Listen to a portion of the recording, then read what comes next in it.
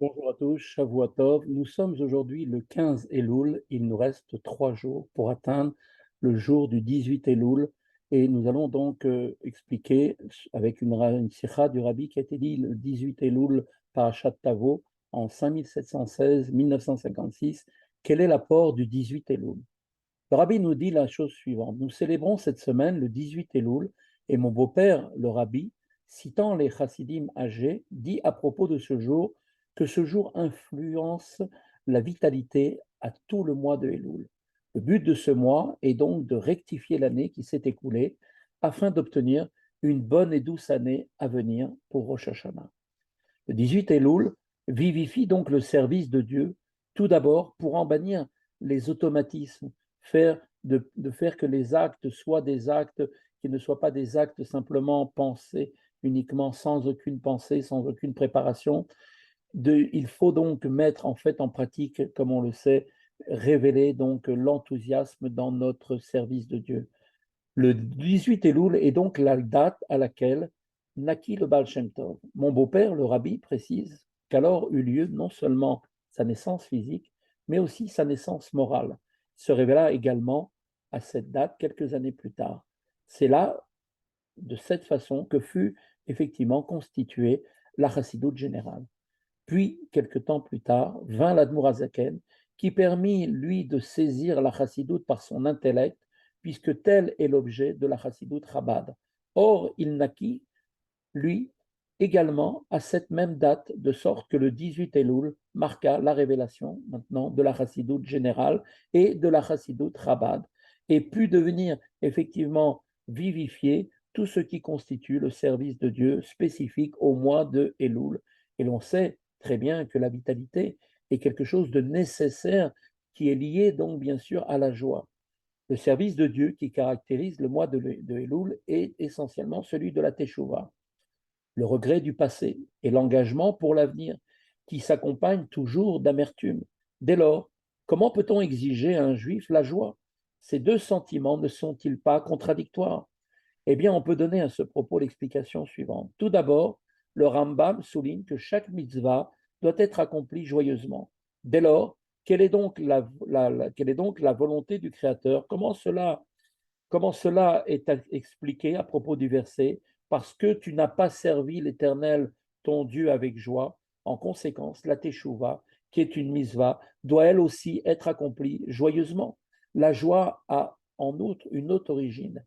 Elle doit être inspirée non seulement par la mitzvah à proprement dite, mais aussi par la conscience de mettre en pratique la volonté de Dieu en la respectant et en étant heureux d'avoir été choisi pour le faire. À l'opposé, le 18 Elul et la chassidoute permettent que la teshuva, qui est de manière générale liée à l'amertume, eh bien, soit joyeuse.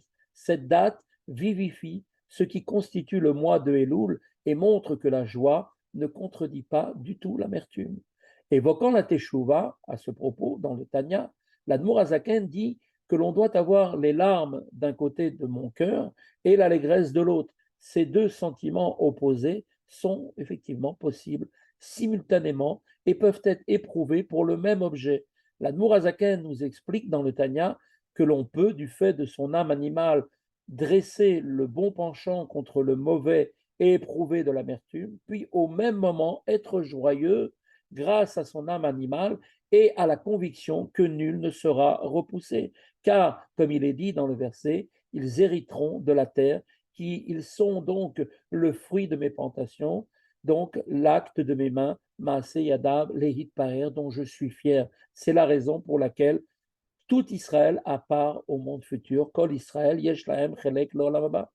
Ainsi, il est donc bien clair que la joie est inspirée par la Teshuvah elle-même, bien qu'elle soit par nature amère, bien qu'elle implique de dresser le bon penchant contre le mauvais. En effet, on peut alors se réjouir en pensant que l'âme divine retourne vers Dieu.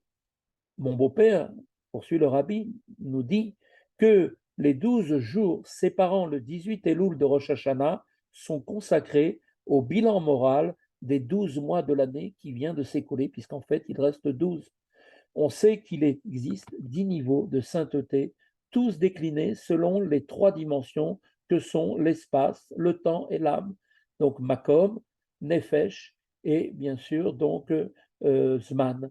La prière qui est une échelle plantée en terre dont le sommet atteint le ciel, qui est en fait le rêve que Yaakov avait fait quand il s'était endormi en allant chez Lavan en chemin, intègre aussi cette échelle également ces différents stades. C'est de façon générale la différence de ce qui peut être fait entre la prière de la semaine permettant de formuler ses besoins à Dieu et de la prière qui est faite le Shabbat, qui est en fait l'éloge de Dieu.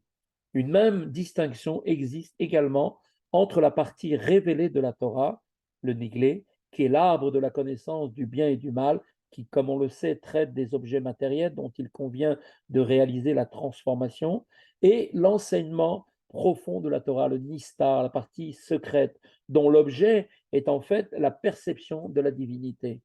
Pendant les 12 jours qui séparent le 18 Elul de Rosh Hashanah, eh bien, le bilan moral devra être essentiellement porté sur l'enseignement profond de la Torah.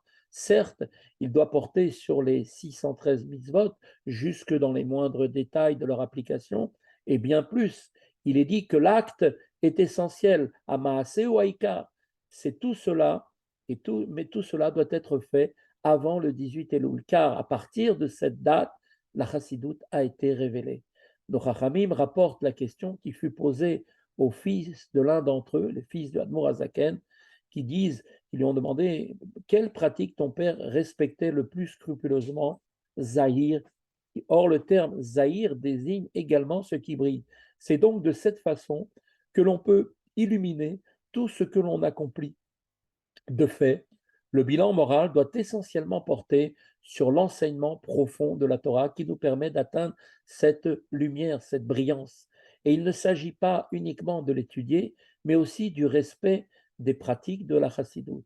Car grande est l'étude qui conduit à l'action. Gadol, à Talmud, chez Mevi, l'idée Maaseh. De cette façon, le bilan moral sera donc illuminé également dans les autres domaines. Voilà l'enseignement que l'on doit retenir de tout cela, qu'un tel bilan permet de prendre donc de bonnes résolutions pour l'avenir, celle qui sera aussi de diffuser les sources de la Chassidoute à l'extérieur, comme l'a demandé le Mashiach au Baal Shem Tov, et nous sommes tous maintenant les émissaires du Baal Shem Tov et donc de tous les Rébéim qui ont pris la suite, y compris cette Chassidoute doit être donc diffusée à l'extérieur, de l'extérieur que l'on porte en soi-même, mais aussi de l'extérieur du monde au sens le plus littéral. Et c'est ainsi que l'on provoquera, avec l'aide de Dieu, la venue du roi Mashiach très bientôt et de nos jours. Voilà à tous, une très bonne semaine encore une fois, une bonne préparation pour Payeloul dans 3 jours. N'oublions pas, c'est un moment très propice qu'il ne faut pas manquer.